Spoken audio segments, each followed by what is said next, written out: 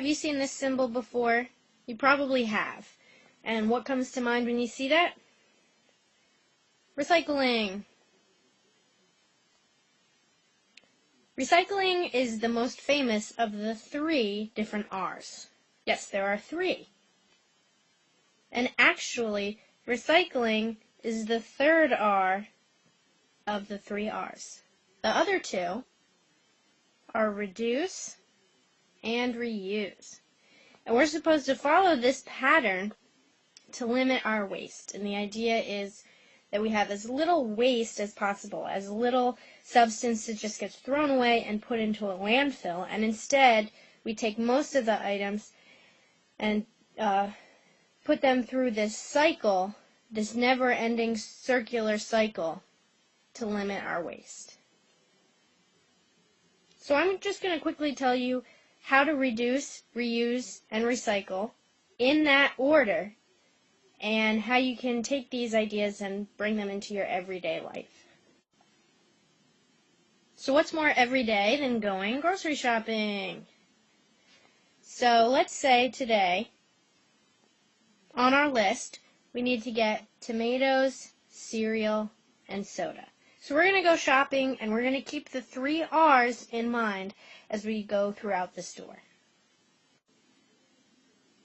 Okay, so you get to the vegetable aisle, produce section, and you go and try to find tomatoes. And the first tomatoes you come across are these ones. And I have no idea why, but they are in a styrofoam package with plastic wrapping. Now, what's the first R of the 3 R's? Reduce. Reduce means using as little waste material as you possibly can. Now, these tomatoes, which are natural items that came from the ground and were not made with plastic, somehow are now packaged in plastic and styrofoam.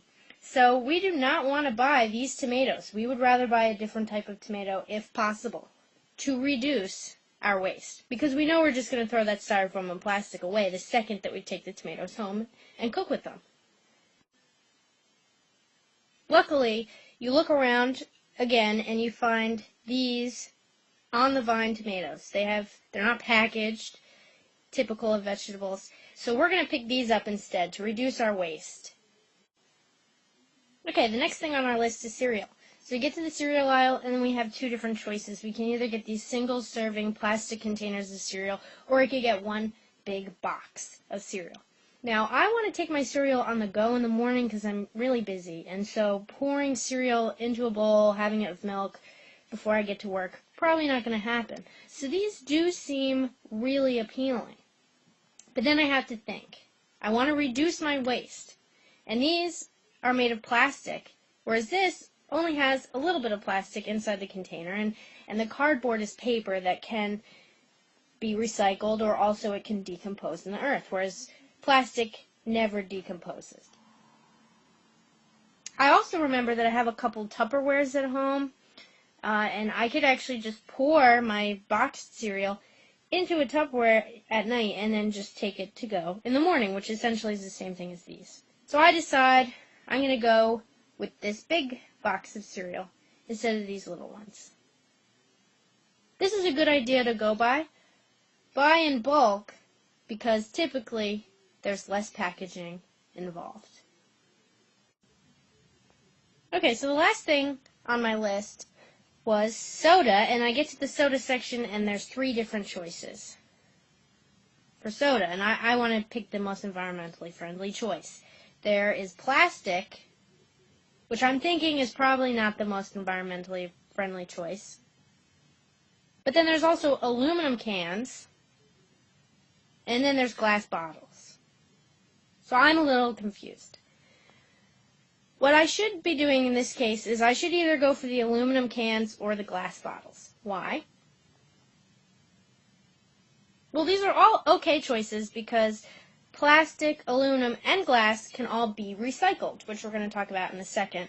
But aluminum and glass are both better choices because more of the metal and aluminum can be recycled than plastic. When we recycle plastic, not 100% of it can go into a new bottle. So let's say I recycle this Sprite bottle here. Maybe only 50% of that plastic is going to go into a new Sprite bottle, or it'll probably be turned into a different form of plastic. There's lots of different things we can make with plastic. Whereas if we recycle an aluminum can, that aluminum can can actually be turned into a different aluminum can within 60 days. It's a very fast process. And the best choice of all is actually glass. And why is that? Because glass is the only substance that we use, that we recycle, where 100% of the glass can be taken and turned into a new glass object. So it's the only thing we use every day that is 100% recyclable. So I'm going to pick up some soda and glass bottles today. But aluminum would have been a good choice as well. I'm going to stay away from the plastic. Okay, so I get to the grocery counter, I'm ready to cash out, and then the bagger asks me if I would like my bags in plastic bags.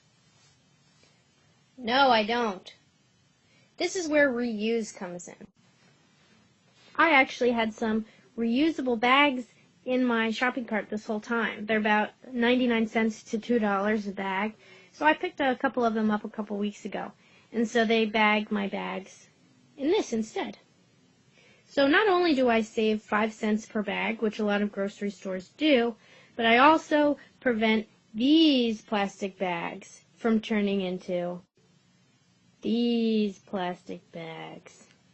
Yuck.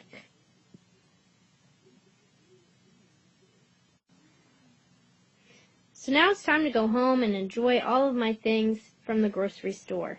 And I remembered to use my 3 R's while I was there, so I'm feeling pretty good. After I finish drinking my soda in particular, I'm going to be sure to put those bottles in the recycling bin. And then I'll bring them back to the grocery store next week, and I'll get 5 cents per bottle. And 100% of that will go back into another bottle.